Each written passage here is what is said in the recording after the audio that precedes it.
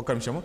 సుజాత గారు, నేను ఇంతకుముందు అన్నట్లు ముఖ్యమంత్రి గారు ఈరోజు ముఖ్యమంత్రి హోదాలో ఢిల్లీ వెళ్ళారు, ప్రధానితో భేటీ అయ్యారు, ఒక అరగంట పాటు భేటీ జరిగింది. సో మనం చూసాము, రాష్ట్రానికి సంబంధించిన నిధులకు సంబంధించి కావచ్చు, విభజన చట్టంలో ఉన్న హామీలు ఏవైతే కొన్ని ఉన్నాయి అవన్నీ కూడా మనకు రావాల్సి ఉంది. ఈ అంశాలన్నీ కూడా ప్రధాని దగ్గర వివరించినట్టు తెలుస్తూ ఉంది. ఇది ఒక శుభపరిణామం అనుకోవచ్చు.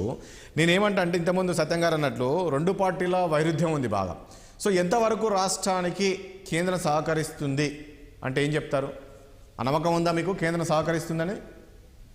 గుడ్ ఈవినింగ్ అండి, మీకు ప్యానెల్లో ఉన్న పెద్దలకి, ఛానల్ ప్రేక్షకులకు కూడా.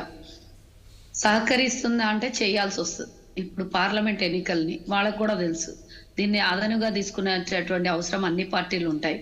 గతంలో బీఆర్ఎస్ పార్టీకి సపోర్ట్ చేయలేదు, బీఆర్ఎస్ వాళ్ళతో కలిసి పనిచేసుకోలేదు అని కేవలం పైకి చెప్పారు. అని నిజంగా ఈ నిధుల కోసం గట్టిగా కొట్లాడినటువంటి దాఖలాలు మనకి ఎక్కడ కూడా కనవడలేదు. కేవలం మీడియా ముందు మాట్లాడుకున్నారు, ప్రెస్ ముందు మాట్లాడుకున్నారు.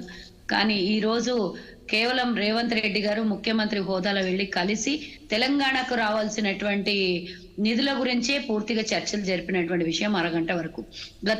గత ప్రభుత్వంలో గత ముఖ్యమంత్రి ఈ విధమైనటువంటి చర్చలు జరిపినట్టు మీడియా కానివ్వండి, ఎక్కడైనా కూడా వాళ్ళు వచ్చి బయటకి ఇచ్చినటువంటి ఇన్ఫర్మేషన్ కూడా లేదు.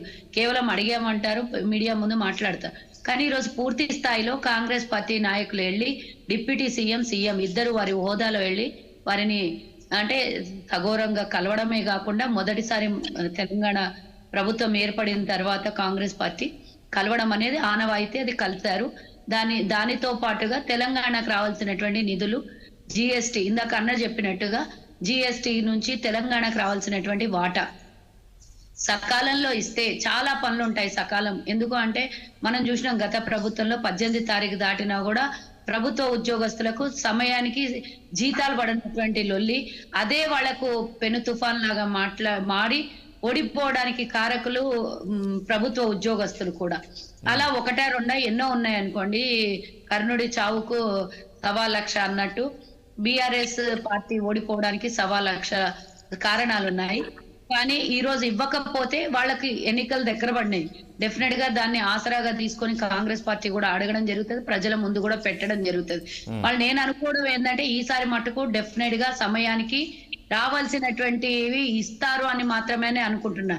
ఎందుకంటే వాళ్ళకు కూడా ఈ రోజు పార్లమెంట్ ఎన్నికలు దగ్గర పడ్డప్పుడు ఈ అవకాశాన్ని వాళ్ళు తీసుకొని మళ్ళీ ఎదురు దెబ్బ తగిలేటట్టుగా ఉంటారని నేను అనుకోను. దీన్ని కూడా కాంగ్రెస్ పార్టీ తెలంగాణ ప్రజలకు అందించాల్సినటువంటి పథకాలకు డబ్బు కావాలి కాబట్టి రావాల్సినటువంటి బకాయిలే కానివ్వండి, రావాల్సినటువంటి నిధుల విషయంలో మాట్లాడడం జరుగుతుంది. దాన్ని ఒప్పుకున్నా ఒప్పుకోకపోయినా వాళ్ళు ఇవ్వాల్సి వస్తుంది. అంతర్గతంగా ఇష్టం లేకున్నా రెండు నేషనల్ పార్టీస్ కలవవు అనేది మనకు తెలుసు. అయినా కానీ తప్పదు. మీరు వివిధ రాష్ట్రాలలో ఇబ్బంది పెడుతున్నారు. కాంగ్రెస్ ఉన్నటువంటి రాష్ట్రాల్లో కానివ్వండి, వివిధ ప్రాంతీయ పార్టీలో ఉన్నటువంటి రాష్ట్రాల్లో కానివ్వండి, బీజేపీ వల్ల ఇబ్బంది పడినటువంటి రాష్ట్రాలు చాలా ఉన్నాయి. గవర్నర్లు పూర్తి స్థాయిలో గవర్నర్ల వల్ల ముఖ్యమంత్రులు పూర్తి స్థాయిలో ఇబ్బంది పడుతున్నటువంటి విషయాలు ఉన్నాయి. అంతేకాకుండా అక్కడక్కడ ప్రభుత్వాన్ని కూల్చేసే ప్రయత్నంలో కూడా వాళ్ళు బీజేపీ పార్టీ ఉంటది. గతంలో ఎన్నో ఇష్యూస్లలో మనం మాట్లాడుకున్నాం, చర్చలు జరిపాం. కానీ ఇప్పుడు ఇది లెక్క అది కాదు. ఇక్కడ ఉన్నది రేవంత్ రెడ్డి గారు, ఇక్కడ ఉన్నది ఈ రోజు బీఆర్ఎస్ ప్రాంతీయ పార్టీని ఓడగొట్టినటువంటి ప్రజలు. కాబట్టి నిధులు ఇవ్వకపోతే ఇబ్బంది కలిగేది కేంద్రంలో ఉన్న బీజేపీ పార్టీకి. సరే, మేము ఎక్కడి నుంచైనా సమకూర్చుకుంటాం. 2,000 కోట్లు 3,000 కోట్లు కాదు, ఈ రోజు లక్షలాది కోట్లు తెలంగాణలో ఏమంటారు, అది అప్పుల పాలైనాయి, నష్టం జరిగింది, స్కాములు జరిగినాయి. వీటన్నిటిని సమకూర్చాలంటే వాళ్ళు ఇచ్చే 2,000 3,000 కోట్లు ఏం సరిపోవు. కానీ అవసరానికి పనికొస్తాయి అవి. కాబట్టి ఇవ్వకపోతే పెద్ద దెబ్బ వాళ్ళకే తగులుతుంది. ఈరోజు తెలంగాణ అభివృద్ధిని కాంగ్రెస్ పార్టీ కోరుకుంటుంది. గత ప్రభుత్వం లాగా కాకుండా భిన్నంగా కోరుకొని తెచ్చుకున్న తెలంగాణలో మరి సమయానికి ఏమి కూడా దక్కనటువంటి సందర్భంలో ఇప్పుడు కేంద్రం కూడా సహకరించట్లేదు అనేది మా లెక్క ప్రకారం మేము అడగడం.